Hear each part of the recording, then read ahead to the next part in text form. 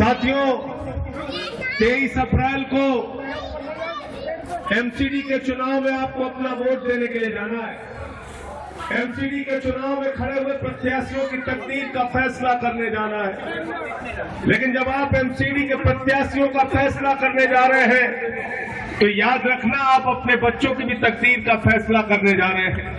आप तकदीर का फैसला करने जा रहे हैं दिल्ली के लोगों के। आप तकदीर का फैसला करने जा रहे हैं दिल्ली की, कि दिल्ली साफ रहेगी कि गंदी रहेगी। एमसीडी के स्कूल सुधरेंगे कि नहीं सुधरेंगे, एमसीडी के अस्पताल सुधरेंगे कि नहीं सुधरेंगे, एमसीडी के पार्कों की बदहाली दूर होगी कि नहीं होगी, लिंटल के नाम पर जो लाखों रुपए की वसूली होती है वो बंद होगी कि नहीं बंद होगी, ये आपको तय करना है। इसलिए भी भारतीय जनता पार्टी के लोग आपके बीच में वोट मांगने के लिए आएंगे तो जाति के नाम पर वोट मांगेंगे, धर्म के नाम पर वोट मांगेंगे, मंदिर के नाम पर वोट मांगेंगे। कांग्रेस के लोग आएंगे, पैसे के नाम पर वोट मांगेंगे, दारू के नाम पर वोट मांगेंगे। लेकिन मैं आम आदमी पार्टी की ओर से आपसे कहने के लिए आया हूं, साथियों, आप लोकतंत्र के मालिक हैं, आप इस लोकतंत्र के न्यायाधीश हैं। जब 23 तारीख को अपना वोट देने के लिए जाना तो तराजू में तीनों पार्टियों के काम को तोल लेना। अगर हमारा भारी हो तो झाड़ू पर बटन दबा देना, अगर हमारा पल्ला भारी हो तो झाड़ू पर बटन दबा देना। आपसे छुपा नहीं है 10 साल में कितना भ्रष्टाचार किया है भाजपाइयों ने, कहां से शुरू करें और कहां खत्म करें। एक से एक घोटाला भाजपाइयों का। अरे अब तो खुद भी अमित शाह ने मान लिया, मनोज तिवारी ने मान लिया। भाजपाई कह रहे हैं उनके सारे के सारे पार्षद चोर हैं, उनको टिकट नहीं देंगे, नए चोर लेके आए उनको वोट देंगे। कह रहे नए चोरों को वोट दे दो। चोरों का पैकेज लेके आ रहे हैं भाजपाई। 12 करोड़ की नगर निगम में वेबसाइट बनाने का काम भारतीय जनता पार्टी के लोग करते हैं। अभी अखबारों में मैं पढ़ रहा था, भाजपाइयों ने भूत घोटाला कर दिया। भूत घोटाला, मुझसे लोगों ने पूछा ये भूत घोटाला क्या है। मैंने कहा भूत घोटाला ये है कि आपकी गलियों में सफाई कर्मचारी नहीं आते हैं, सफाई नहीं होती है। उसकी वजह जानते हो? उसकी वजह यह है कि भाजपाइयों ने अंगूठा लगा के सफाई कर्मचारियों के नाम पर 2400 करोड़ रुपए साफ कर दिए। 2400 करोड़ रुपए निकाल लिए। इतना बड़ा महाघोटाला किया। भाजपा का कोई नेता इस पर नहीं बोलता है। भाजपाइयों ने अभी बंदर पकड़ने की योजना शुरू की, बंदर पकड़ने की।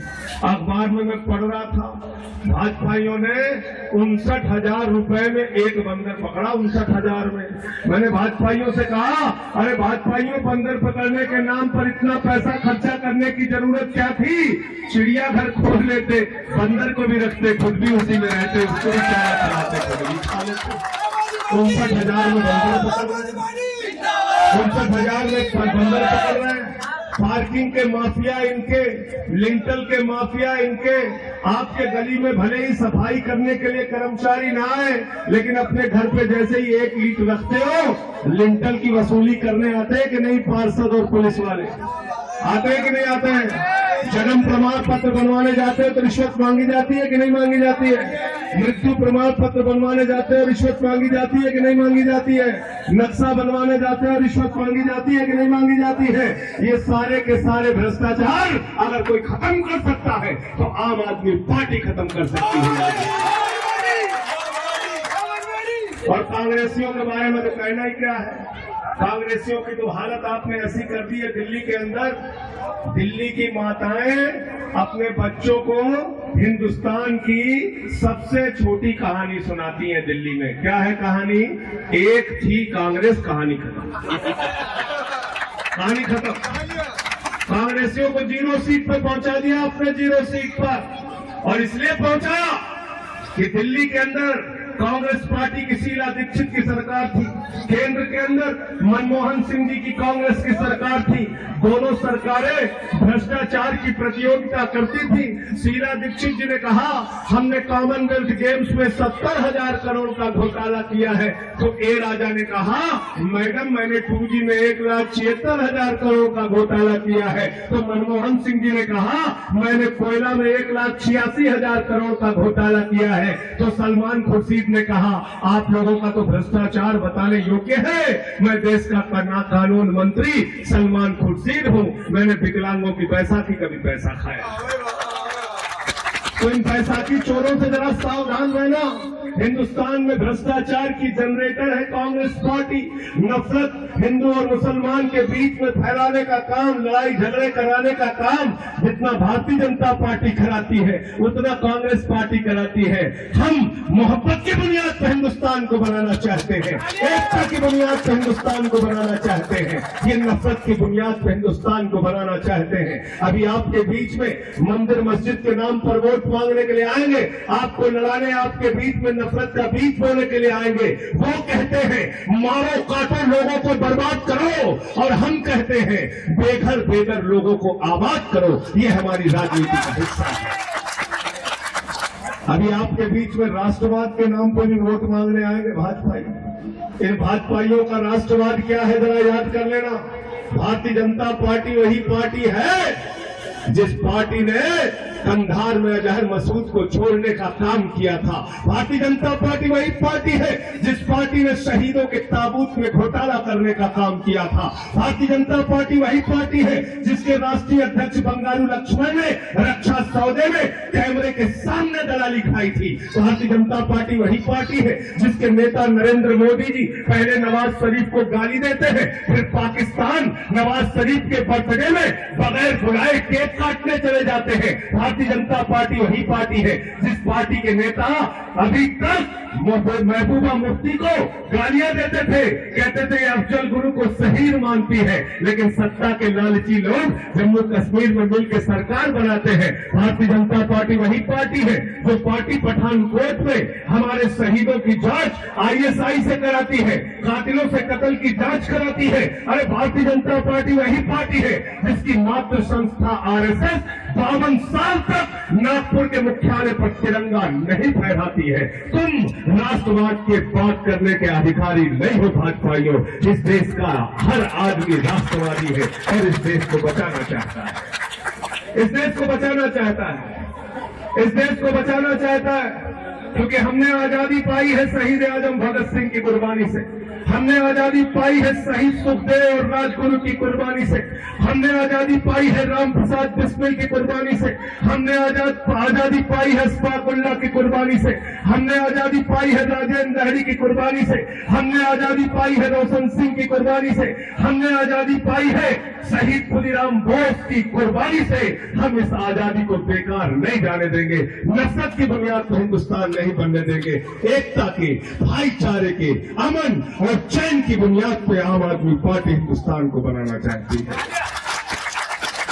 इसलिए आपसे निवेदन और विनती करने आया हूं, हाथ जोड़कर प्रार्थना करने आया हूं। ये केजरीवाल की सरकार चलने नहीं देना चाहते। इस सरकार को आए दिन धमकाते और डराते रहते हैं। हमारे 15 विधायकों पर मुकदमे कर दिए, उनको पकड़ के जेल में डाला। केजरीवाल जी के ऊपर CBI का छापा डाल दिया, केजरीवाल के दफ्तर पे जांच कराई CBI के छापे डलवा के। अरे बेईमानो, केजरीवाल पर एक नहीं 1000 छापे मार लो, 2-4 मफलर ज्यादा मिलेंगे, इससे ज्यादा कुछ मिलने वाला नहीं, इससे ज्यादा कुछ मिलने वाला नहीं। उस केजरीवाल पे तुम छापे डलवा रहे हो जिसने इनकम टैक्स कमिश्नर की नौकरी को लात मार दिया। उस केजरीवाल को तुम छापे डलवा रहे हो जिसने 49 दिन में मुख्यमंत्री की कुर्सी को लात मार दिया जब लोकपाल कानून पास नहीं हुआ। केजरीवाल पर छापे मरवाना बंद करो। ये आम आदमी पार्टी की फौज है, हम कायरों की तरह पीठ दिखाकर भागने वाले नहीं है।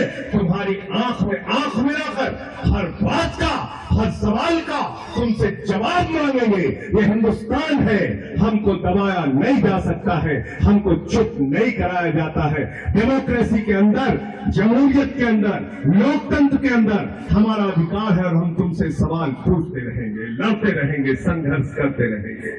साथियों, मैं आपसे सिर्फ इतना कहना चाहता हूं, 2 साल का काम हमारा जरूर याद कर लेना। जब अपना वोट देने के लिए जाना तो याद करना, ये वही सरकार है आम आदमी पार्टी की जिस सरकार ने 2 साल के अंदर इतने काम किए जितना 70 साल की आजादी में हिंदुस्तान की किसी सरकार ने नहीं किया है। आम आदमी पार्टी की सरकार वही सरकार है जिसने बिजली का दाम दिल्ली के अंदर आधा किया, 20,000 लीटर पानी मुफ्त करने का काम किया, मोहल्ला क्लिनिक खोला, जिसकी चर्चा अमेरिका में, फ्रांस में, जर्मनी में, दुनिया के तमाम देशों में हो रही है। पहले भारत के लोग कहते थे अमेरिका से सीखो, अमेरिका से सीखो, अमेरिका से सीखो।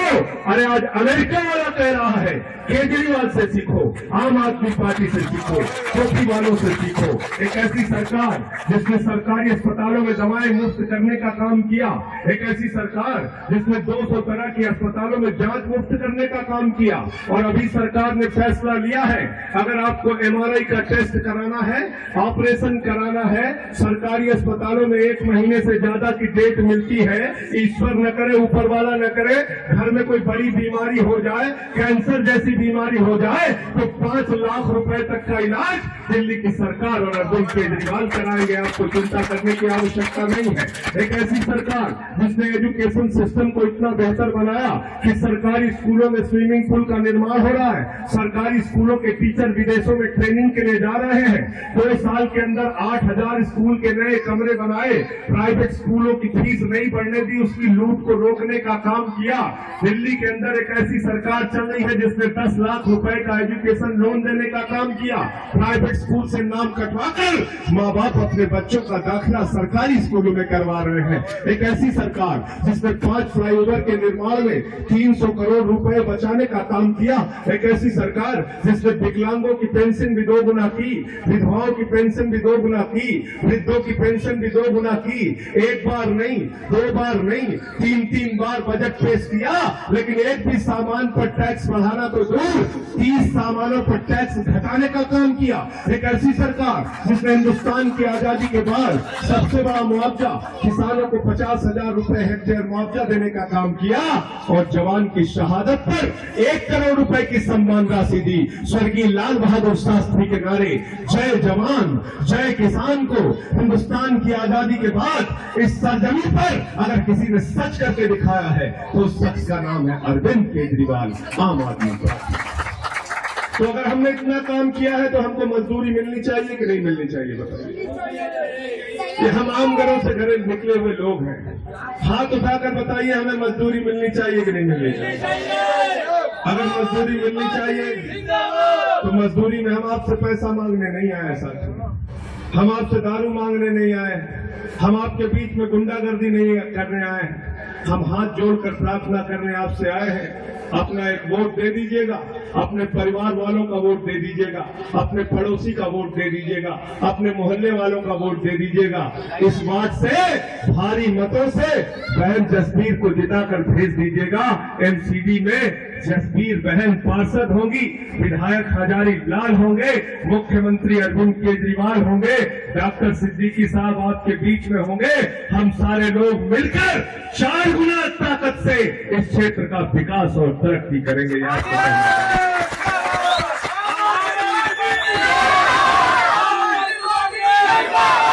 एक बात याद रखो, ये बेईमान साजिश करने में लगे, ये हमारी सरकार को चलने नहीं देना चाहते।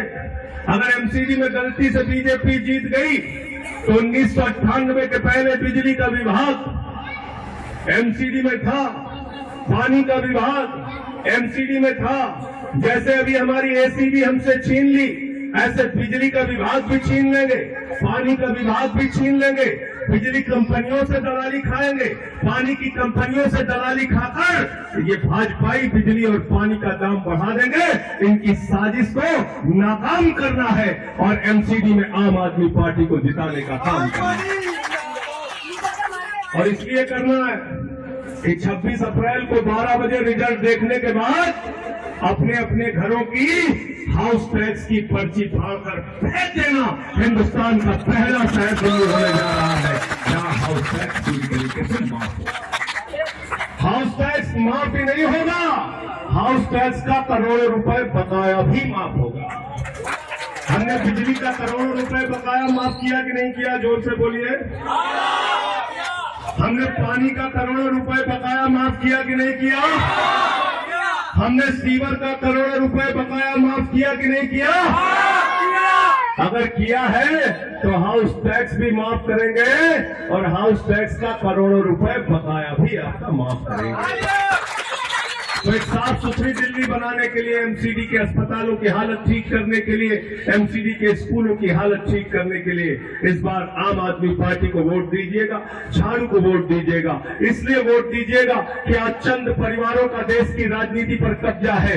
देश में आम आदमी की राजनीति को खत्म किया जा रहा है। पूरब से लेकर पश्चिम तक, उत्तर से लेकर दक्षिण तक चंद परिवारों का हिंदुस्तान की राजनीति पर कब्जा है। चले जाइए कश्मीर, शेख अब्दुल्ला, फारूक अब्दुल्ला, उमर अब्दुल्ला, एक ही परिवार की पार्टी। मुफ्ती मोहम्मद सईद, महबूबा मुफ्ती, एक ही परिवार की पार्टी। चले जाइए पंजाब, प्रकाश सिंह बादल, सुखबीर बादल, हरसिमरत कौर, विक्रम मजीठिया, आदेश प्रताप सिंह, एक ही परिवार की पार्टी। चले जाइए हरियाणा, चौधरी देवीलाल, ओम प्रकाश चौटाला, अभय चौटाला, अजय चौटाला, हुसैन चौटाला, एक ही परिवार की पार्टी। भूपेंद्र हुड्डा, एक ही परिवार की पार्टी। चले जाइए महाराष्ट्र, बाल ठाकरे, उद्धव ठाकरे, आदित्य ठाकरे, एक ही परिवार की पार्टी। शरद पवार, सुप्रिया सुले, अजीत पवार, एक ही परिवार की पार्टी। चले जाइए उत्तर प्रदेश, चौधरी चरण सिंह, चौधरी अजीत सिंह, जयंत चौधरी, एक ही परिवार की पार्टी। मुलायम सिंह यादव,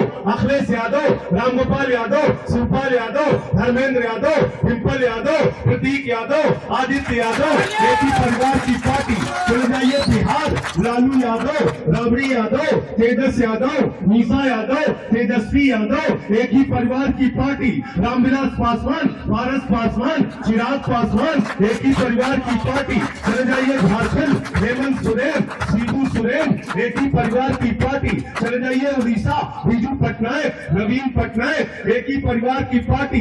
चले जाइए तमिलनाडु, करुणानिधि, कानी मोई, स्टालिन, अनागिरी, एक ही परिवार की पार्टी। भारतीय जनता पार्टी, राजनाथ सिंह, पंकज सिंह, नीरज सिंह, कल्याण सिंह, राजवीर सिंह, रमन सिंह, अभिषेक सिंह, प्रेम कुमार धूमिल, अनुराग ठाकुर, वसुंधरा राजे, हुसैन सिंह, एक ही परिवार की पार्टी। और देश की अब तक की सबसे बड़ी पार्टी कांग्रेस पार्टी, चाचा नेहरू, बिटिया इंदिरा, बेटवा राजीव, बेटवा संजय, बहू सोनिया, बेटवा राहुल, बिटिया प्रियंका, दामाद वाड्रा, एक ही परिवार की पार्टी। पार्टी कहाँ है जरा बताओ?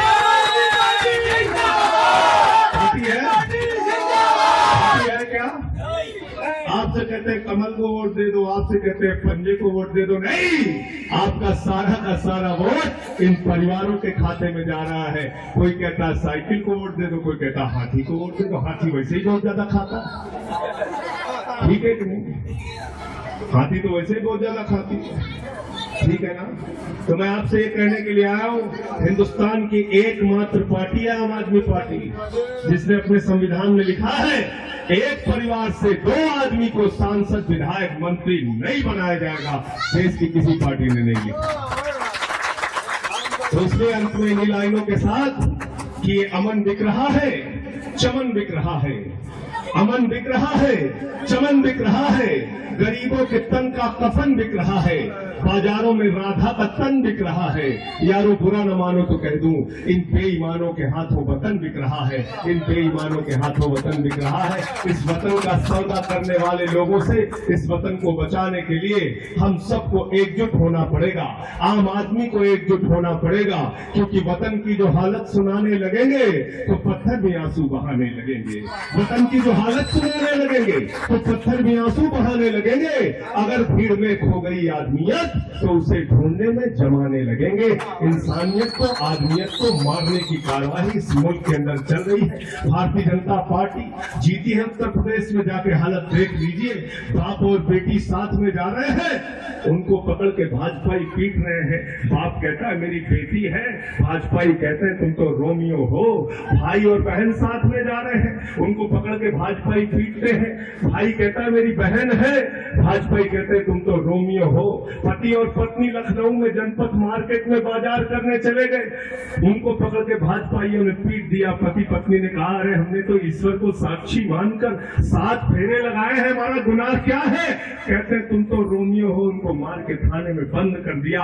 ये गुंडागर्दी का हिंदुस्तान जब तक आम आदमी पार्टी है और केजरीवाल है, हम बनने नहीं देंगे। याद रखना, अंतिम दम तक लड़ेंगे। इसलिए अगर केजरीवाल की आवाज कमजोर हो गई तो इस देश में अमन और चैन चाहने वालों की आवाज कमजोर हो जाएगी। अगर केजरीवाल की आवाज कमजोर हो गई तो एकता और भाईचारे की आवाज कमजोर हो जाएगी, याद रखना। अगर केजरीवाल की आवाज कमजोर हो गई तो गरीब आदमी की झुग्गी में रहने वालों की आवाज कमजोर हो जाएगी। अगर केजरीवाल की आवाज कमजोर हो गई तो ऑटो चलाने वाले, रिक्शा चलाने वालों की आवाज कमजोर हो जाएगी। अगर केजरीवाल की आवाज कमजोर हो गई तो इस मुल्क के आम आदमी की आवाज कमजोर हो जाएगी। उस आवाज को कमजोर मत होने देना और झाड़ू पर बटन दबा के आम आदमी को जिताना, बहन जसवीर को जिताना। बहुत बहुत शुक्रिया, बहुत बहुत धन्यवाद। इनकलाब, इनकलाब, इनकलाब, आम आदमी, आम आदमी।